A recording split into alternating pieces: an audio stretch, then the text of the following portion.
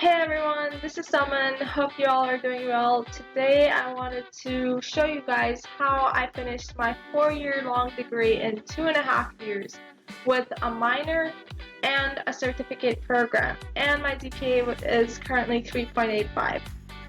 So the trick is time management. But how do you manage your time? That's the question I get a lot. And so I decided to do a YouTube vlog about it so that everyone can understand how I did it, and if I can do it, then you can do it too. It's not something impossible. So, before we get started, a little bit about myself. I am currently a senior. I started in fall 2018, as you can see, and I will graduate in December 2020 as my progress is 98%.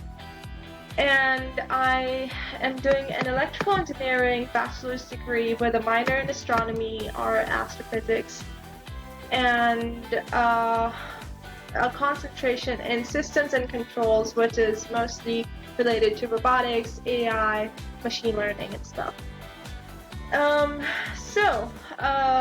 Before we dive into the courses, I want to briefly tell you all about different kind of naming convention we use here in the US if you're not from the US.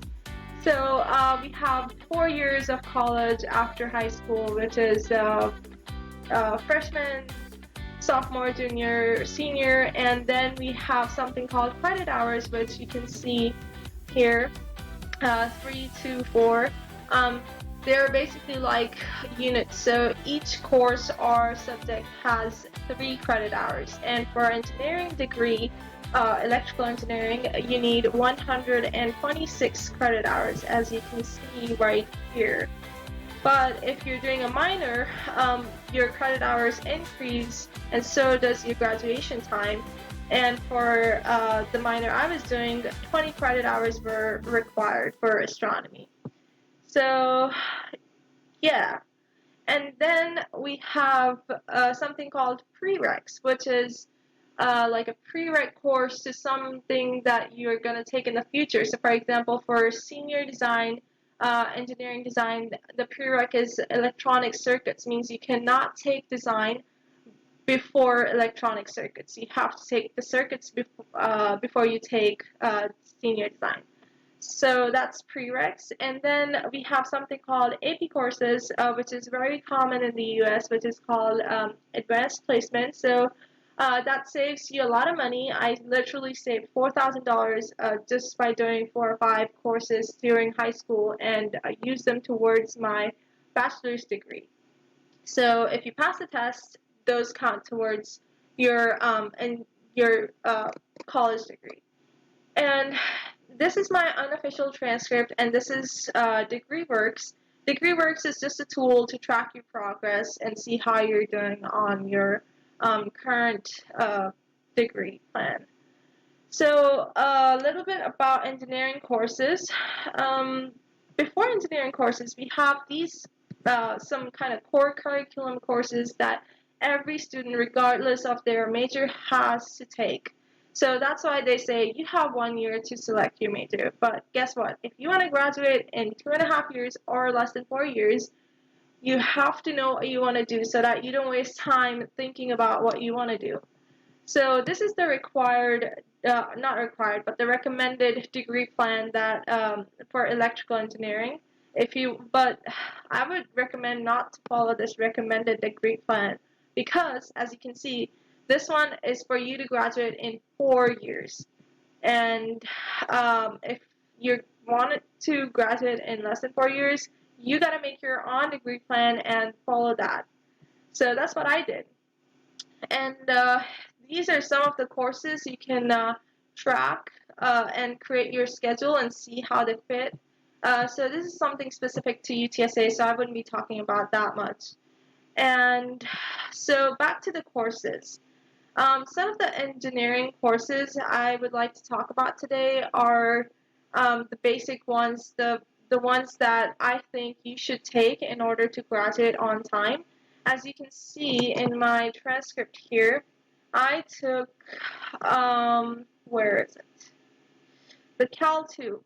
Cal 1, if you want to graduate in less than 4 years, you should probably be Calculus 2 ready. That means you should have taken Cal 1 in your high school.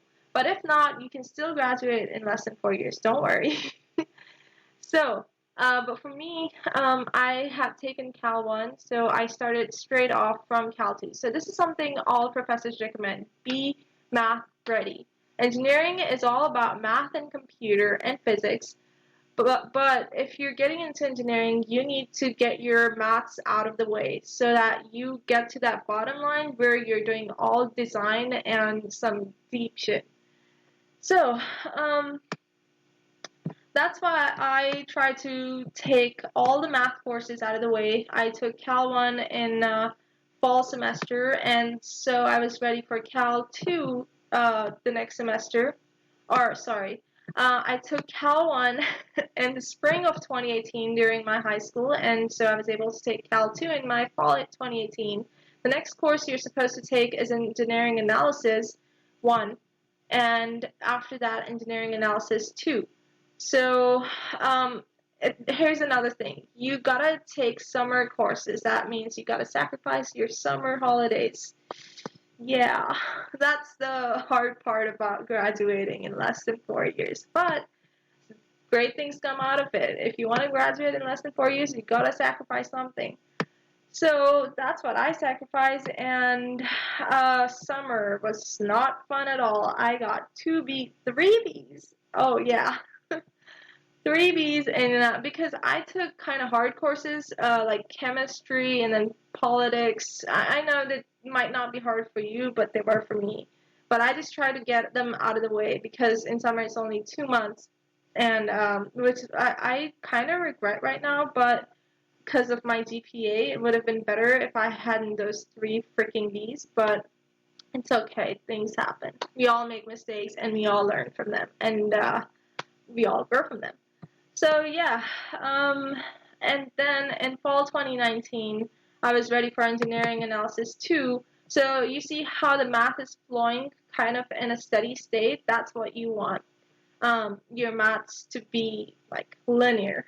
And that reminds me of linear algebra. This is not a required course for electrical engineering, but if you are pursuing something related to robotics and AI, this is the course that professors look for in your graduate programs or research or whatever you're getting yourself into, because it does talk a lot about motions and how or what kind of math is behind those vectors, how the robot is moving and all that.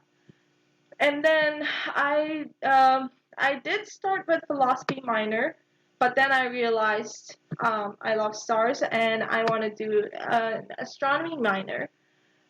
So I did switch my minors, and that's how I lost one course. As you can see right here, philosophy of religion was not counted towards anything because I switched minors and it was just like sitting there not being used.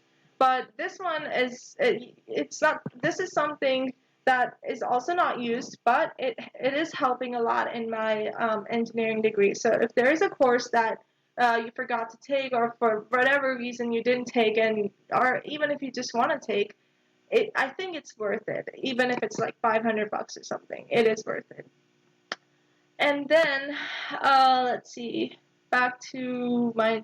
So, the biggest advice and what you should take away from this video is that you need to make your way backwards instead of moving forwards. By that, I mean that pick a course that you like, for example, engineering design. This is a course that is required in the end, and you cannot take it before, like, in junior or sophomore year. This is something you have to take in the last semester of when you graduate.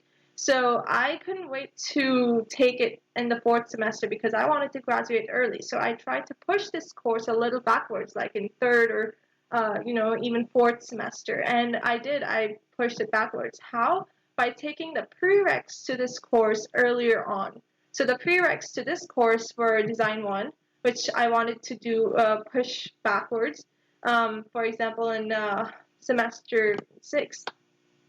And but there were prereqs to design one, and I couldn't take design one before taking those prereqs. So I needed to see what prereqs were required for design one. So this is how I did it. I just looked at the prereqs for the courses that were required in the end, towards like in the fourth or the last semester, and I tried to take those prereqs earlier on so I could be ready for that last course. So these other courses like history and philosophy, they're not blocking you away. You can take them anytime in your senior year, whenever you want to. But the prereqs, you should take them earlier, whenever you can. That's how you will graduate before 4 years. So yeah, so for design one, the required course was analysis, and for analysis, the required was I think electronic circuits. But yeah, I just pushed it backwards. So with that, I got out that network theory is the pathway to all these engineering courses. Like this was a prereq to most other courses. That's what I figured out. And you can too. You can see which course is required for all the other courses that you need to take towards the end. So this was the one for me and for all the other engineering students. So I wanted to take this as soon as possible, but there were prereqs to this course as well, which was logic design. So this is what I took in my first semester because I don't know on top of my head if there are prereqs to this course, but I did take it as soon as it was possible. And sometimes I did a petition. That's something that can be really useful. And without petitions, I wouldn't have been able to graduate in 2.5 years. So take advantage of all the resources that are available to you. Research them. Go talk to your seniors. All this advice is what you will learn maybe later on in your life. But as a senior, even though I'm not that kind of experience, but in my experience, the advice that I learned is what I'm giving you right now, and you should take advantage of that. So yeah, um, I did take design earlier on in the semester. Now, the lab for this course that's associated with this course, I'm taking that right here in my last semester. Why? Because this was not a prereq to anything. And I just held off to that. I was like, well, if it's not gonna get me to the next course, why should I take it, you know? And that was correct. A lot of seniors do take this course towards the end because it's not a prereq. So if there's something that is not a prereq to anything, put that for the end. Wait, hold on to that. But then there are also courses that you probably want to take, like Intro to Robotics as your electives.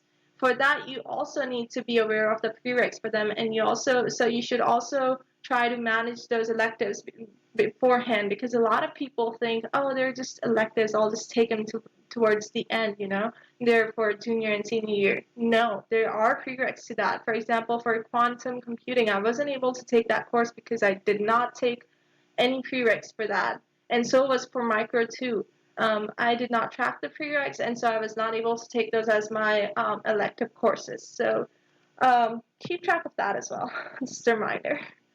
And then, how does my schedule look like? So this is my schedule for spring 2020, and this is the semester I was able to do an internship. I tried to put all my courses on 2 days, but these two courses were only offered on Tuesdays, so I have to take them on Tuesdays. But I was able to go to work on half day Tuesday, full day Thursday, and Friday. This course right here was not required. It was for problem solving. So if you were having issues in class, you could just go. That was just a tool to help you.